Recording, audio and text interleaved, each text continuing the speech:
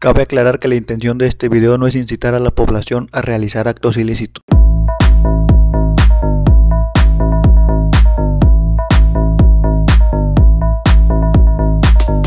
La Guardia Nacional, con apoyo a distancia del Ejército, identificaron un convoy de camionetas pick-up. El contenido de este video es de uso informativo.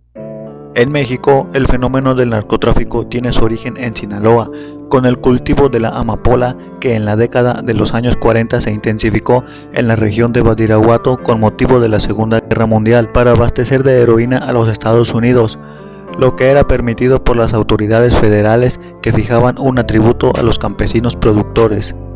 Y si no me crees, investiga un poco el tema, ya que lo que acabo de decir es el verdadero origen del narcotráfico en México.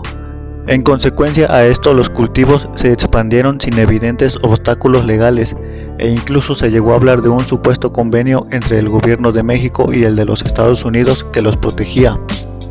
La crisis debido a la guerra y el desempleo obligó a las familias a trabajar en el campo, esencialmente en el cultivo de marihuana y amapola, esto antes de su prohibición. Sin embargo, por el auge de la demanda y por las constantes campañas de erradicación, los cultivos fueron extendiéndose hasta otras regiones del país. Cuando estas drogas empiezan a perder terreno en el consumo norteamericano, va creciendo la demanda de la cocaína sudamericana, lo que hace que en el año de 1984 representantes del cártel de Guadalajara y el de Medellín se reunieran en Atlanta para acordar la nueva ruta mexicana. A partir de entonces se levantó todo un poderío representado por las familias que a través de las generaciones venían controlando el negocio desde el origen.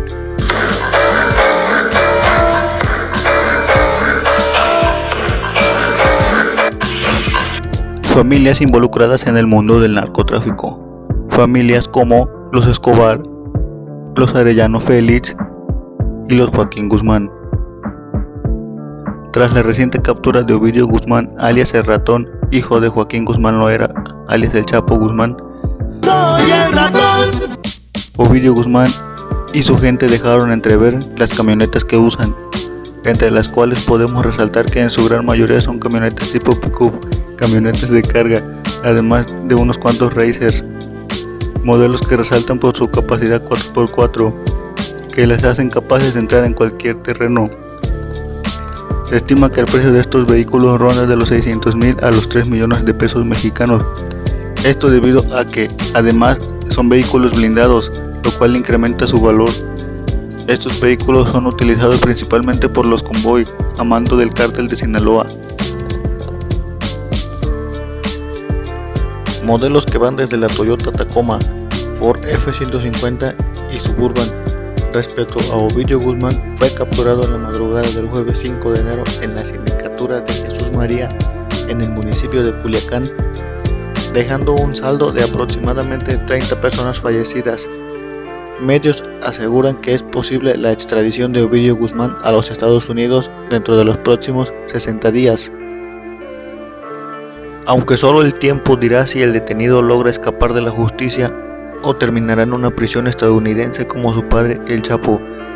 De momento, como anunció el gobierno y un juez, parece que lo suyo va para largo, ya que en la audiencia Ovidio este viernes en el altiplano, un juez estableció que Estados Unidos tiene hasta el 5 de marzo para formalizar su pedido de extradición, y se estima que eso va a ocurrir entre 4 y 6 semanas a partir de ahora por parte de los Estados Unidos, según observó Ebrard en rueda de prensa. El canciller recordó que la ley de extradición mexicana marca una serie de plazos para que se presenten los elementos y evidencias de prueba en contra del acusado. Y así, el pasado jueves quedó descartada una extradición express de Guzmán a los Estados Unidos. El argumento utilizado fue que en este caso, a diferencia de otros, la solicitud seguirá en curso regular.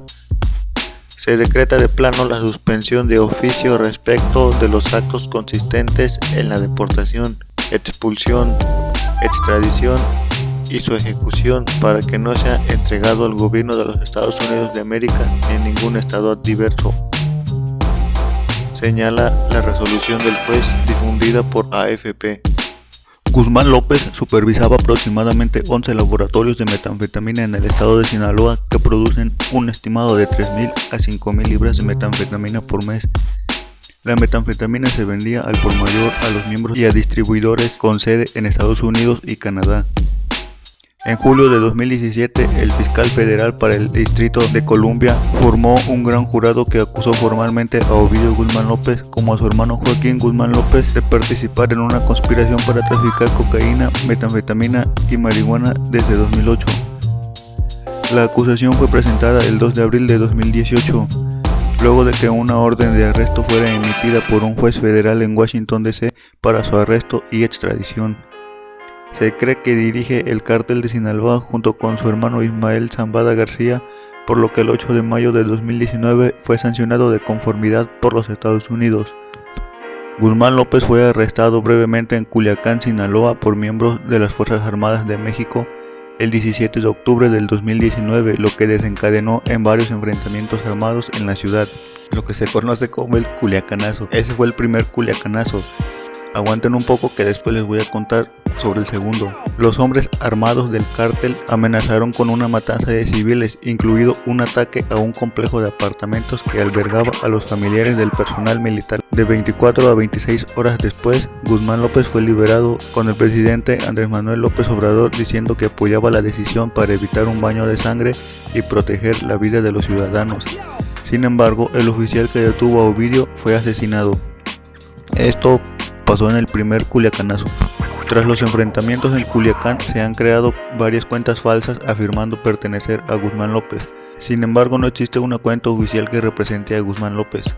El 5 de enero del 2023, ahora sí viene el segundo Culiacanazo, se llevó a cabo un operativo militar por parte del Centro Nacional de Inteligencia, el Ejército Mexicano y la Guardia Nacional, que culminó en la captura de Ovidio Guzmán López en la localidad de Jesús María. Tras el operativo se reportaron múltiples tiroteos y narcobloqueos por parte de los chapitos, tanto en el norte como en el sur de los municipios de Culiacán. En consecuencia, la Protección Civil de Sinaloa lanzó un comunicado pidiendo a los habitantes de la zona no salir de sus casas, mientras que la Secretaría de Educación Pública suspendió todo tipo de actividad académica y pidió a la población resguardarse en un lugar seguro. Ese mismo día, el secretario de Defensa Nacional, Luis Crescencio Sandoval, informó durante una rueda de prensa que Guzmán López había sido trasladado a la Fiscalía Especializada en materia de delincuencia organizada en la Ciudad de México para ser puesto a disposición del Ministerio Público. 42 horas después, más tarde, fue ingresado al penal de máxima seguridad llamado El Altiplano, un día después de su arresto. Un juez federal de la Ciudad de México suspendió la extradición de Ovidio Guzmán a Estados Unidos.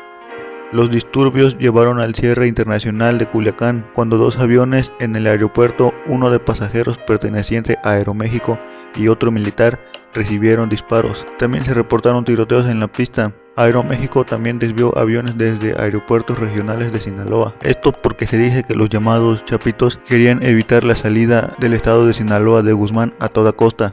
Se reportaron saqueos en parte de Culiacán y numerosas empresas de bancos anunciaron cierres temporales en todo el estado. Los periodistas en el área reportaron múltiples robos de autos y demandas de llaves de automóviles.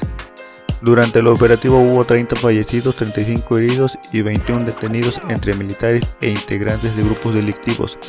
Entre las víctimas había un coronel de infantería y sus 4 escoltas que fueron emboscados y asesinados por miembros del cártel de Sinaloa.